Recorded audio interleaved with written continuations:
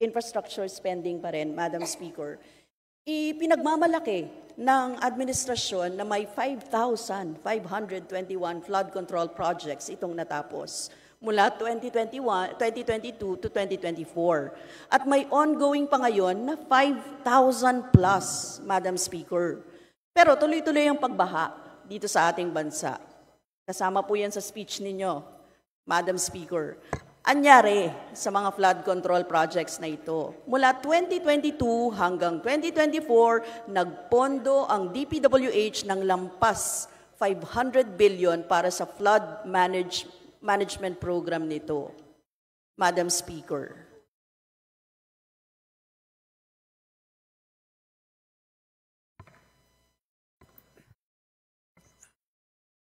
Well, alam natin na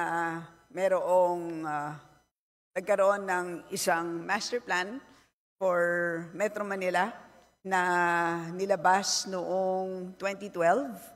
Pero kung titignan natin ngayon, kung nasaan na tayo pagdating sa plano na yan, ay marami doon na medyo hindi natupad.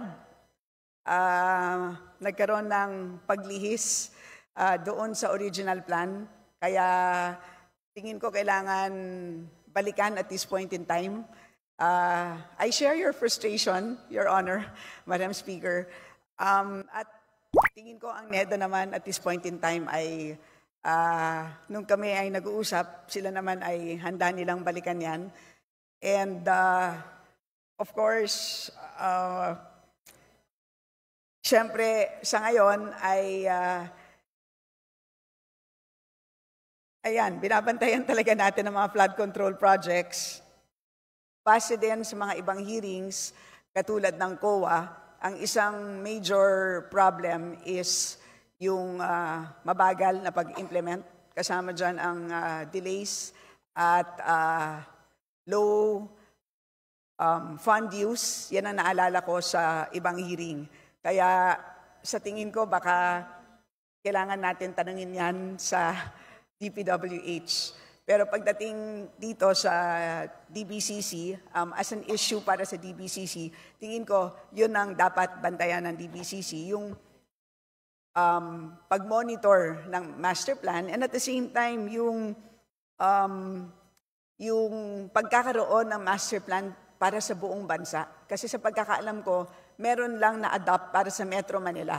Pero pagdating para sa buong bansa, meron lang kasing river management plans para sa buong bansa. So meron tayong 18 river management plans and for each of those, merong flood control chapter, kumbaga.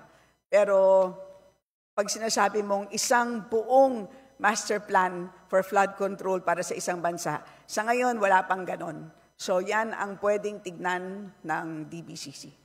May I remind the Honorable Brosas that you have 3 more minutes. Yes, thank you, Madam Speaker. Napaka-personal din sa akin ito kasi binabaha ako eh. Kaya kailangan ko itanong talaga, no? Kasi despite the DPWH flood management program from 2022, which amounts to 128 billion, tas 2023, 182 billion, 2024, 244 billion, talagang mapapatanong ka, Madam Speaker, kasi bumabaha talaga ng todo-todo sa NCR, Madam Speaker. So, walang nangyari dun sa mga pondo na yun, seemingly. Anyway, Madam Speaker, bago po ako, 3 minutes na lang, Madam Speaker, pwede bang mag-extend siya? Appeal naman, Madam Speaker. Akala ko be given 3 minutes. Madam Speaker, akala ko sabi mo, appear, kasi pareho tayong binabaha.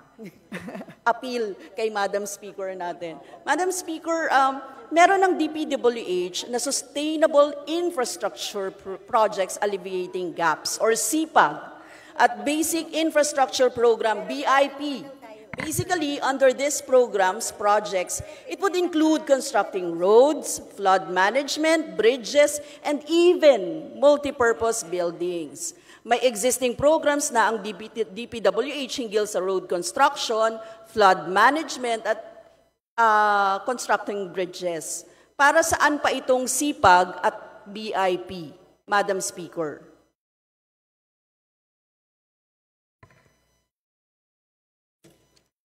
Ang CPAG,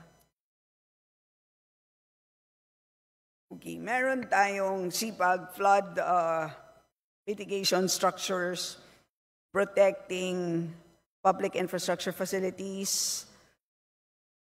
This is for 2024, Madam Speaker, 40.52 billion. And for basic infrastructure program, which would include multipurpose buildings and facilities to support social services, ito naman po ay 57.69 billion.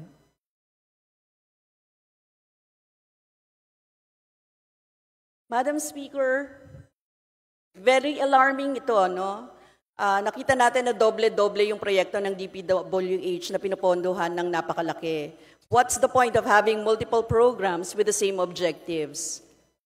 Para siyang pare-pareho, Madam Speaker.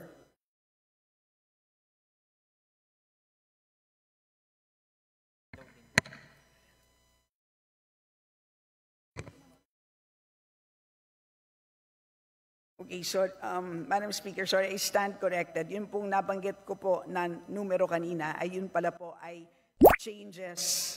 So ang total proposed under CPAG for 2025 is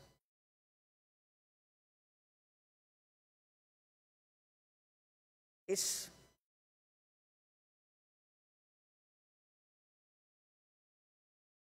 897.6 million. And for basic infrastructure program, which would include evacuation centers na kailangan natin ng mga binabaha, Your Honor, 184 million. So, itong mga facilities na to ay masasabi natin naman na very useful, lalong-lalo na sa mga binabahang mga lugar. Madam Speaker, Your Honor. Madam Speaker, siguro yung mga multiple programs, no? Kaya ang tingin po natin may pare-pareho dito. And Madam Speaker, can I request specifically for the accomplishment report of CPAG and BIP, Madam Speaker?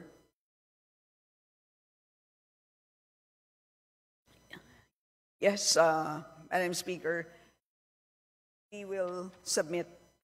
Yes, thank you, Madam Speaker. Today, Madam Speaker, no? Kasi Yes po. kumpleto naman na yan.